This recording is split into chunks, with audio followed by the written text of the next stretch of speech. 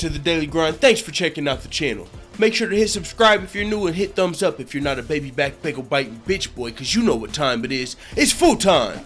MMA. Hashtag road to gold. What did I just listen to? Holy flying flipping flapjacks. That was better than I expected.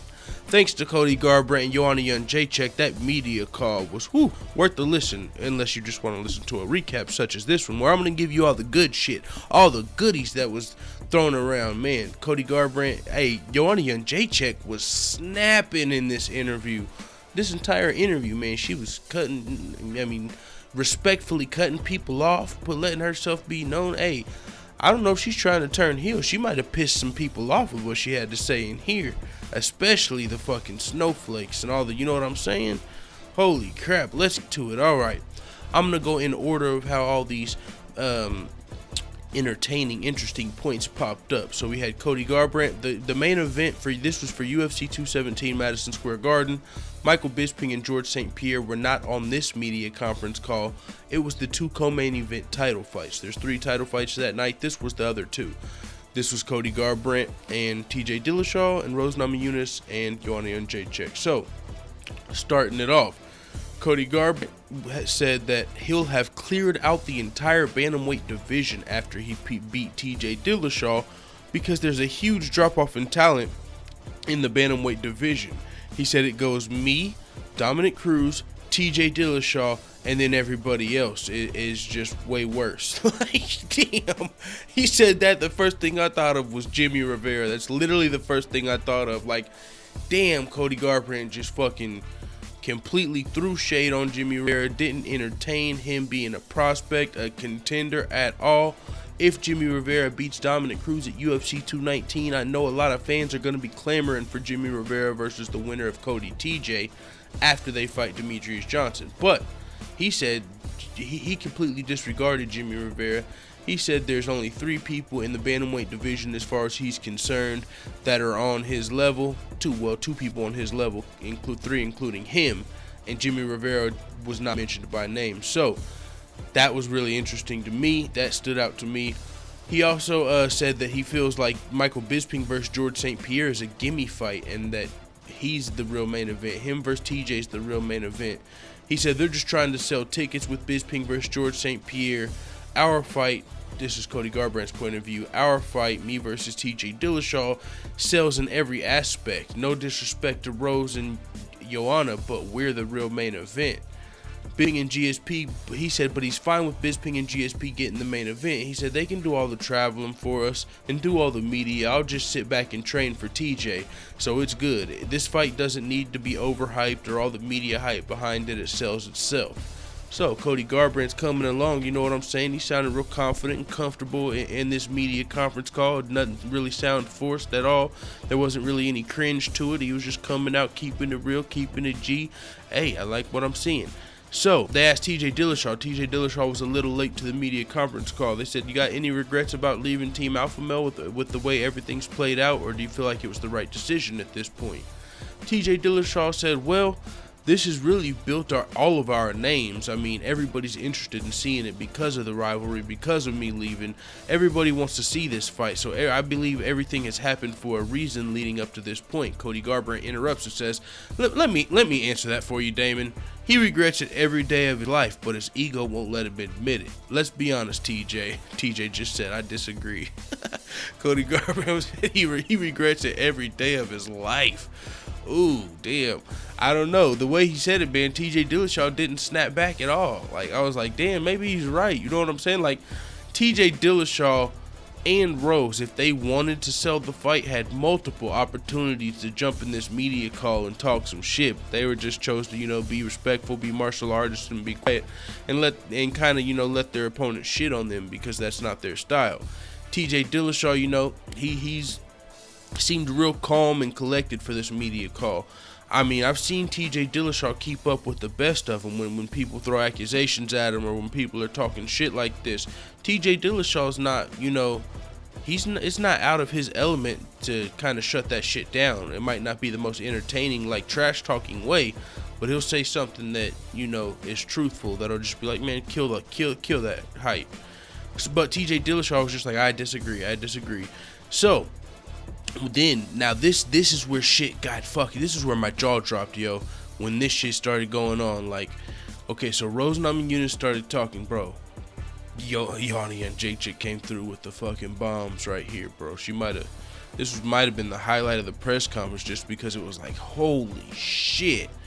So Rose was saying she had trained her entire life for this moment, but also that it's just a moment in her life and that she's overcame a lot of demons in her past, so every day she feels like a fucking champion.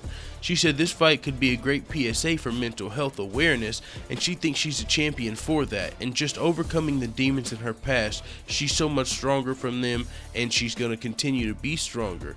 Now, Joanna came in and said, hey, listen to yourself. You didn't want to do media. You didn't want to do extra media. So how are you going to be a champion and deal with all the things? You know what? You are not strong enough mentally. You are mentally unstable and you are broken already, and I will break you in the fight. I had my jaw dropped. Yo, I want to get a clip of that sound, but since this was just an audio call, I don't even know if I can clip this up and use it in fair use, so I'm being careful. But I'm telling you, if you can just find a clip of Joanna coming in right there, bro, she dropped a bomb. She said, listen to yourself. She said, all right, now, Rose responded. Joanna came in and dropped bombs. Rose, you know, she took the high road. She said, you know what? I think there's a lot of mental instability in this whole country, and it's a great reason to fight and a great reason to here comes Joanna with the motherfucking interrupted. You couldn't, bro. They were both talking at the same time. Joanna had a louder voice. Rose just had to be quiet, and she couldn't even finish off her good, sweet thoughts. You know, her nice thoughts about her PSA about mental health. Bro, Joanna shut that shit down. She said, this country's been amazing to me. I think you have some personal problems, and I'll show you what's your problem, okay? You're never gonna be a champion. Rose said, Rose said, I think the world would be a better place if we all trained martial arts. It saved my life, and I'm grateful for this fight and grateful for this opportunity. They said, wow, Rose, you know, you seem to not want to engage with Joanna there when she was talking about your mental health. And, you know, and she said, this is where Rose kind of got tearful. You know, she cried a little bit, you know, not like sobbed or anything, but you could definitely hear her get emotional. And she was saying, I don't know if it's a cultural difference, but my family's been torn apart by mental instability. My father wasn't in my life because he's been a schizophrenic for as long as I can remember. And this fight means a lot to me. It's not just about the belt. It's about showing you can do whatever the fuck you want to do. You can do anything you put your mind to. So Rose took the high road.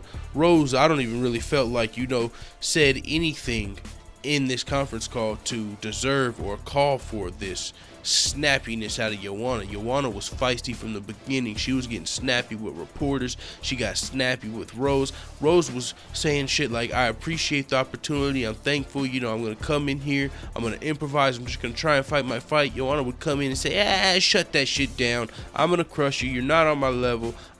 Man, Joanna was snappy. Like, a reporter asked Rose at one time, like, so did you learn anything from Carolina's fight versus Joanna, because they might have some kind of similar styles? Joanna was like, hold on, what did you just say?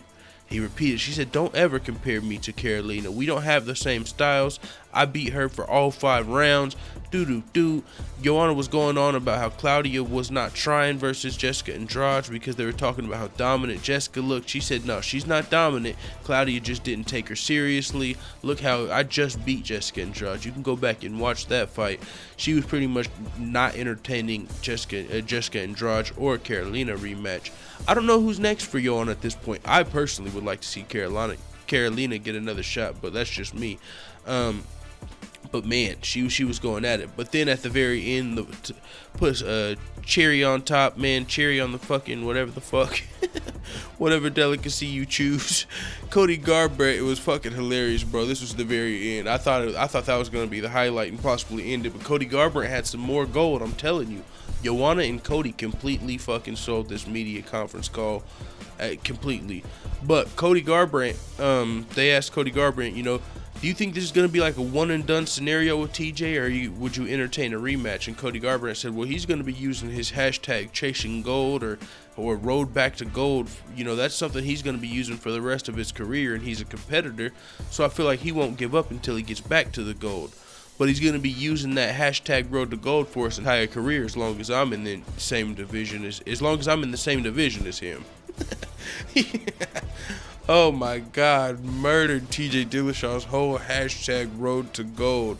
Now every time you see that, if you heard this shit, you're oh, I hope TJ Dillashaw wins this fight so that hashtag road to gold doesn't just be like a permanent stamp of Cody Garbrandt, because it could turn into that off of that. That was pretty funny. I mean, everybody probably didn't hear that, but it was pretty hilarious.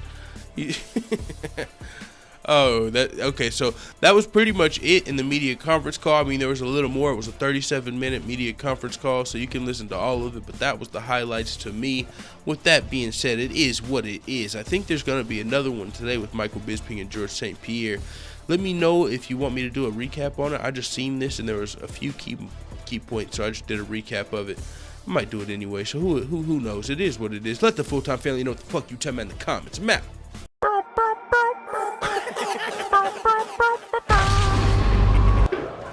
Bye, Felicia.